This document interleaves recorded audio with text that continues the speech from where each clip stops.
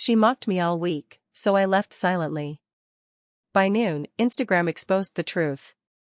It's concise, emotionally charged, and builds curiosity, perfect for YouTube thumbnails and opening narration.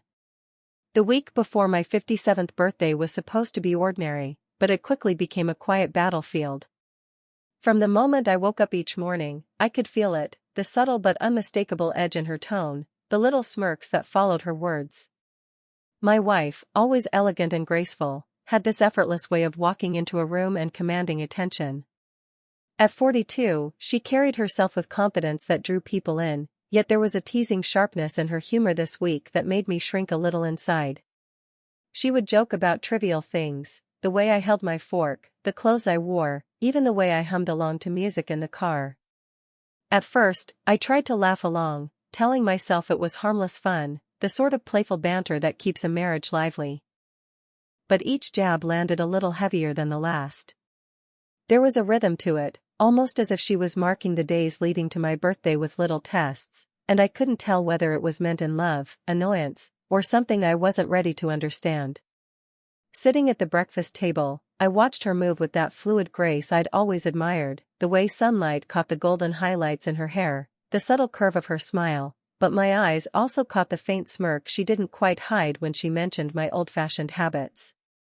The sound of her laughter rang in the room, musical, light, yet sharp enough to sting. I reached for my coffee, hands wrapped around the warm mug, and tried to ground myself. The aroma of fresh beans usually brought comfort, but today it only reminded me how tense I felt, how fragile my patience had become. I found myself analyzing her gestures, the way she'd brush past me in the hallway, her hand grazing mine just long enough to make me notice, then pull away. It was almost intimate, yet distant, teasing yet deliberate. Each touch carried a contradiction, a warmth I craved but an emotional distance I couldn't cross. Even when she laughed, the sound was not enough to ease the tight knot in my chest. In those quiet moments, I reflected on our years together, the shared memories of birthdays past, the laughter, the small traditions, the way she used to look at me with adoration. This week felt different. I felt diminished in the subtleties, the jabs, the teasing, the way she commanded attention while I quietly observed. And yet, beneath the sting, there was something else, a reminder that she still cared, that her presence mattered, that even her mockery came from a place of connection. By the third day, I realized I was no longer laughing along. I was listening, watching, storing every word, every glance, every nuance of her expression. The tension in my chest grew, quiet but persistent. I knew I couldn't confront her yet, the moment would have felt reactive, shallow. Instead, I retreated into myself, reflecting, observing, feeling the weight of our shared history and the fragile distance this week had created. And so, I endured silently, aware of the sting, yet attuned to the subtle cues of our relationship. The week was only beginning, and I already sensed that something in me was shifting, a quiet resolve forming, one that would determine not just how I handled this week, but how I would step into my birthday, and into the next chapter of us. The day before my 57th birthday should have felt celebratory, a warm prelude to a day marked with kindness and attention. Instead, it carried a quiet, persistent weight, like a heavy fog settling over familiar rooms. I noticed it in the subtle inflections of her voice, the casual yet pointed remarks that had been building since the beginning of the week. She was her usual, stunning self, her hair gleaming in the morning light, eyes bright and confident, but the laughter she used now felt like a weapon, each note cutting sharper than the last. Over breakfast, she leaned back in her chair, a faint smirk tugging at the corner of her lips. "I suppose at your age, it's impressive that you still remember how to cook eggs," she teased, and for a moment, I felt the sharp sting of embarrassment. I forced a small smile, nodding politely, trying to mask the rising frustration and hurt. The smell of butter and toast filled the kitchen, usually comforting, yet today it mingled with the tension, suffocating in its familiarity. I noticed how the sunlight streamed across the table, highlighting the subtle lines of her face that only seemed to deepen her elegance, an elegance I admired even as my own confidence wavered under her teasing. I could feel the tightness in my chest as I sipped my coffee, the warmth of the mug doing little to ease the chill her words brought. Every gesture she made, the casual brush of her hand against mine when reaching for a plate, the tilt of her head when laughing, was layered with contradiction, affectionate, yet sharp, intimate, yet distant. My mind replayed our past birthdays, the laughter we shared, the small rituals that had always made me feel cherished. The contrast between then and now was painful, subtle, and impossible to ignore. By mid-morning, I found myself wandering into the living room, needing space to think, needing distance from the playful mockery that had become relentless. I noticed a friend's message on my phone, a simple "How are you holding up?" and felt a quiet wave of relief that someone else might see what I was feeling. I realized then that this week, this teasing, wasn't just about humor, it was a mirror, reflecting insecurities I had tried to ignore, both in myself and in the dynamic between us. As the day went on, I felt my emotions tighten into a knot of anticipation and unease.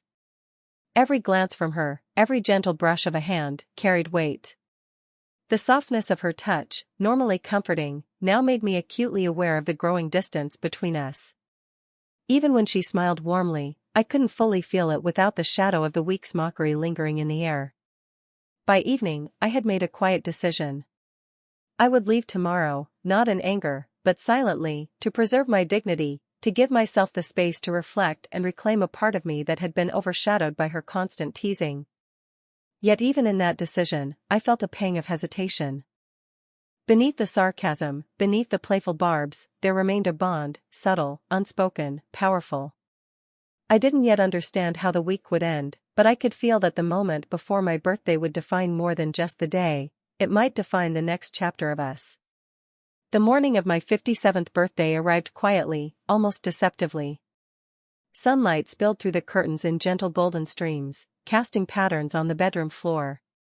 Normally, mornings held a soft warmth, a sense of renewal, but today, the light felt almost accusatory, illuminating the tension that had built over the past week. I lay in bed for a moment, staring at the ceiling, listening to the subtle hum of the house waking up.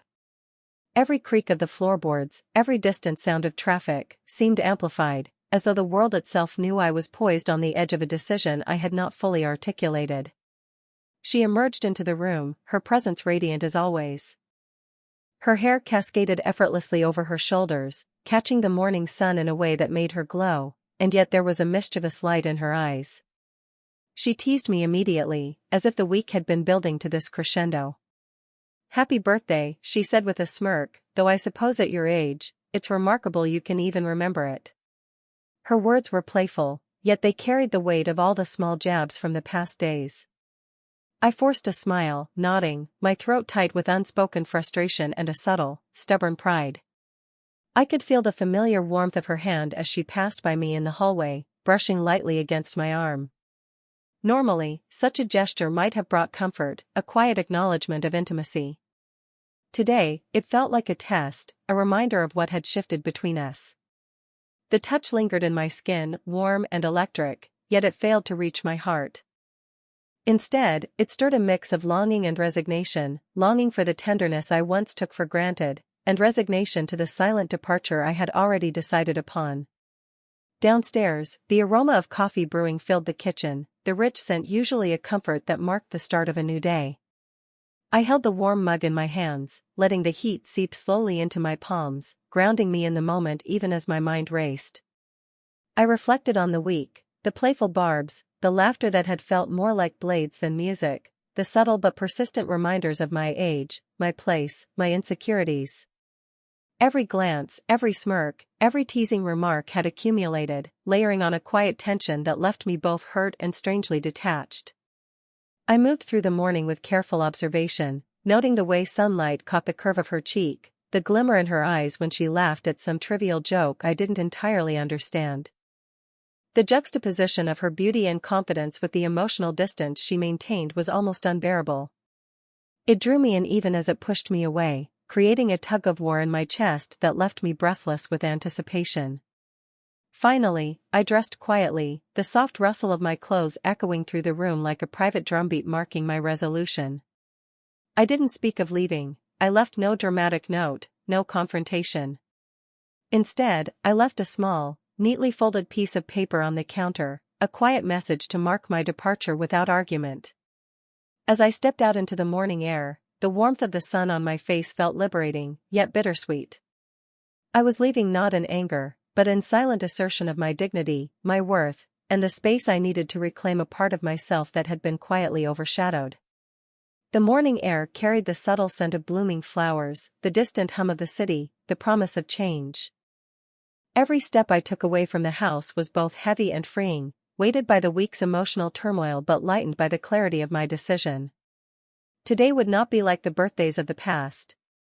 Today marked the beginning of an unexpected journey, one where silence would speak louder than words, and absence would reveal truths that laughter and mockery could not hide. Stepping outside, I felt the morning air against my skin, cool, crisp, and strangely liberating. The city hummed around me, distant but persistent, a reminder that life continued even as my world felt temporarily suspended. Each step I took on the familiar sidewalk seemed heavier than the last, not because of distance, but because of the emotional weight I carried. This was more than a simple departure, it was a quiet assertion of dignity, a deliberate pause in the pattern that had defined the past week. The streets were calm for a weekday morning.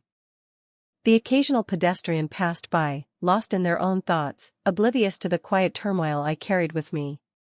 I noticed details I'd never appreciated before, the way the sunlight reflected off windows, the soft sway of trees lining the avenue, the delicate rhythm of birds chirping in the distance.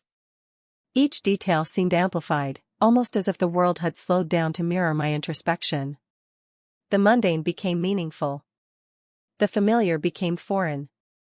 With every step, my thoughts wandered back to her, the way she had laughed at my expense, the subtle smirk that lingered in the corners of her eyes, the warmth of her hand that had brushed mine just yesterday morning.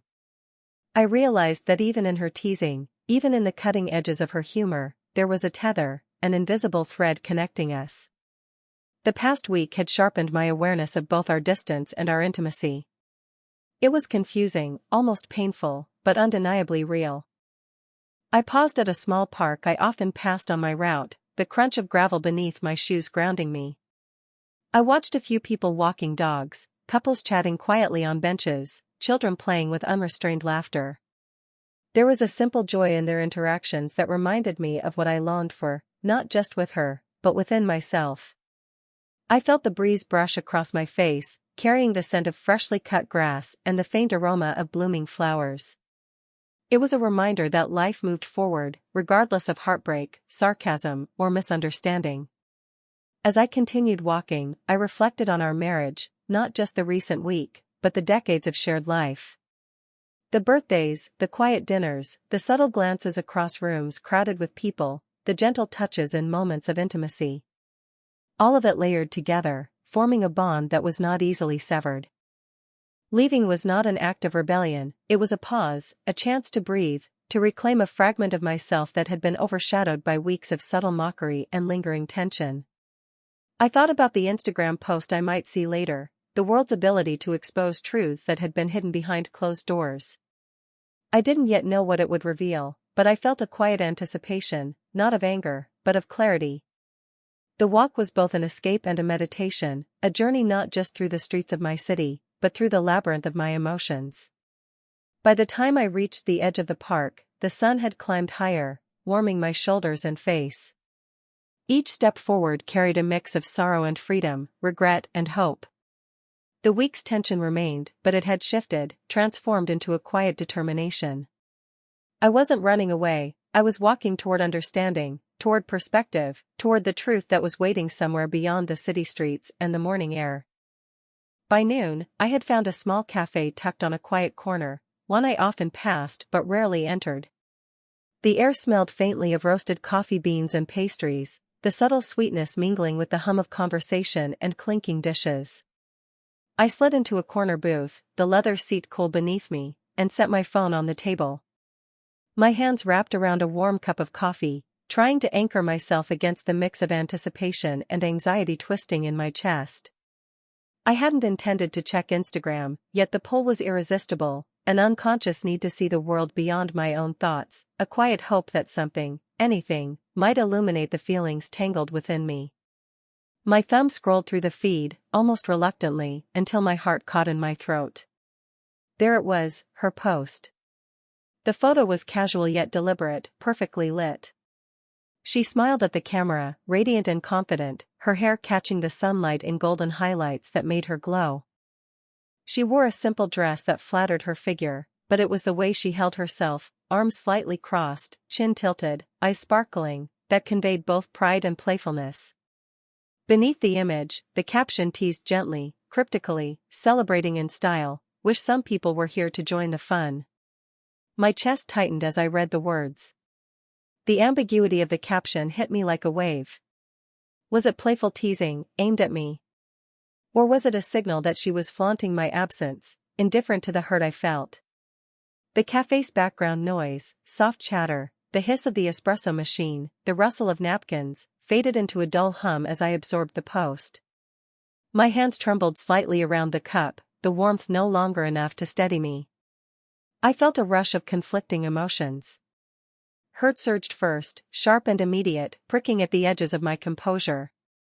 Then came surprise, a jolt that made my stomach flip. Finally, reluctant amusement, because I could almost hear her tone in the caption, teasing, daring, playful. My mind raced with questions I couldn't answer. Was she aware of how much I had withdrawn? Was this her way of reaching out, or pushing me further away? As I stared at the screen, I realized that this simple image, this brief social media moment, carried more weight than anything spoken in the past week. It revealed a side of her I hadn't fully considered, the ability to manipulate perception, to maintain control of the narrative, and to subtly test the boundaries of our relationship. And yet, beneath the teasing, there was something familiar in her eyes, a softness I recognized, a hint of connection that reminded me why I had stayed all these years. I put the phone down for a moment, breathing deeply. The aroma of coffee grounded me, the warmth returning to my palms, but the image lingered, etched in my mind. I knew I had a choice: react impulsively, confront, or continue observing silently, letting the moment settle and reveal the truths it contained. By the time I took a sip of coffee, I had made a quiet decision. I would wait, watch, and reflect. The post had shifted the tension into something else, something heavier, more complex, more human. The week's mockery, the silent departure, the teasing, everything led to this moment. And as I gazed out the cafe window at the passing city streets, I realized that today, my birthday would be defined not by presents or words, but by revelation, clarity, and the subtle power of unspoken truths. By late afternoon, the tension I had carried all week reached its peak. The cafe had offered a temporary refuge, but the weight of unspoken words, hidden frustrations, and subtle resentments had not lifted. Returning home, I felt a strange mix of apprehension and quiet determination. I knew a confrontation was inevitable, not the explosive, shouting kind, but a conversation that demanded honesty, vulnerability, and patience. She was in the living room when I entered, her posture casual, yet her eyes flicked to me immediately. There was a moment, a pause filled with electricity, where we simply looked at each other, each recognizing the distance that had grown between us. Her usual teasing smirk softened slightly, and I noticed for the first time that week how her eyes held a hint of uncertainty, a trace of the warmth I remembered from countless birthdays past. I started slowly, choosing my words with care. "We need to talk," I said quietly, my voice calm but firm. She nodded, and we moved to the sofa, sitting across from each other. The air felt charged, dense with tension, but not hostile. It was the kind of charged quiet that precedes honesty, raw, human, and intimate. I spoke first, recounting the past week, the playful jabs, the mockery, the way her words had landed and lingered in my mind. I described the subtle hurt, the quiet humiliation, and the longing for recognition I felt amidst her laughter. I noticed how her fingers fiddled with the edge of her sleeve, a small sign of vulnerability, and how her eyes occasionally met mine, searching for understanding. She listened, really listened, and I realized that beneath the teasing, beneath the sharpness, there had always been affection. When she finally spoke, her voice was softer than usual, tinged with regret. "I didn't realize how it was affecting you," she admitted. I thought. "I don't know, that it was just fun." Her hand brushed mine gently, a small, deliberate touch that carried the weight of a shared history and lingering intimacy. There was a pause, a breath-long silence where emotions hovered in the air between us. I felt the warmth of her hand on mine, the subtle pressure that grounded me even as my chest tightened with emotion. I realized that the week's tension had been a mask, a layer of sarcasm over deeper, unspoken feelings, love, worry, and perhaps fear of vulnerability. We talked for what felt like hours, not loudly, not dramatically, but with honesty. Each word peeled back layers, each gesture, hand on shoulder, leaning slightly closer, lingering eye contact, reaffirmed the bond we shared. The teasing was acknowledged, the hurt expressed, and the love beneath it all began to resurface. The subtle, human intimacy of that moment, the quiet understanding, the gentle touches, spoke louder than any dramatic apology could. By the end, there was a sense of relief, a soft exhalation of emotions that had been pent up too long. We didn't need grand gestures or words. The reconciliation was in the silence, in the subtle smiles, in the lingering brush of fingers and the way our eyes held each other. The confrontation had transformed into connection, and in that space, the week's tension melted into a profound sense of understanding, closeness, and shared humanity. Evening had fallen by the time we finally sank into the quiet of our living room. The house, once filled with the week's tension and playful barbs, now felt peaceful, almost tender in its stillness. The sunlight had faded to a soft amber glow through the curtains, casting long, warm shadows across the room. In that gentle light, she looked effortlessly beautiful, her hair catching the last rays like threads of gold, her eyes soft and open, waiting for me to speak or move. I took a deep breath, feeling the weight of the week finally settle into something lighter, something manageable. The confrontation earlier had peeled back the layers of sarcasm, teasing, and silent hurt, leaving a quiet understanding in its place. There was no need for grand declarations or dramatic gestures. The reconciliation was in the small things, the details that had always mattered but were often overlooked in the routines of our lives. We sat close, not touching at first, but the proximity itself was comforting. Our knees brushed occasionally, subtle contact that felt like a bridge across the distance of the past days. I noticed the faint scent of her perfume, warm and familiar, mixing with the soft aroma of the tea we had poured moments ago. The simple act of holding a warm cup between my hands, feeling the heat seep into my fingers, became a grounding ritual, a silent acknowledgement of presence and connection. "I didn't realize how much I'd hurt you," she said quietly, her voice carrying a blend of regret and gentle honesty. I reached out then, placing my hand over hers. The contact was deliberate but tender, a small gesture of reassurance, an affirmation that the bond between us remained intact. She responded with a soft squeeze, a silent promise that the teasing, the playful mockery, had never been meant to break us. It had only masked unspoken vulnerabilities and the complexities of long-shared life. We lingered in that quiet space, letting words give way to presence. I brushed a stray lock of hair behind her ear, a touch both intimate and respectful, and felt the familiar warmth of closeness. Our eyes met, held, and lingered, conveying more than speech ever could. The subtle affection, the gentle touches, the soft smiles, the quiet understanding, spoke volumes about the depth of connection we shared. Outside, the city moved on, oblivious to the quiet reconciliation happening within these walls.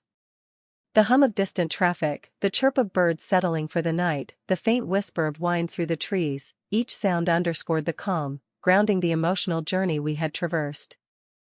I realized that life, like the world outside, would continue to move, but the bond we had nurtured, tested, and reaffirmed this week would remain unbroken. As the evening deepened, a sense of calm and completeness settled over me. I felt gratitude for the honesty, for the emotional courage we both had shown, and for the subtle intimacy that reminded me why we had chosen each other, decades ago. The week of teasing and tension had revealed something profound, that love, even when complicated by missteps or misunderstandings, could endure, adapt, and deepen. In that quiet living room, with soft light wrapping around us, I knew that the week's events would not define us but would instead strengthen the foundation we had built together.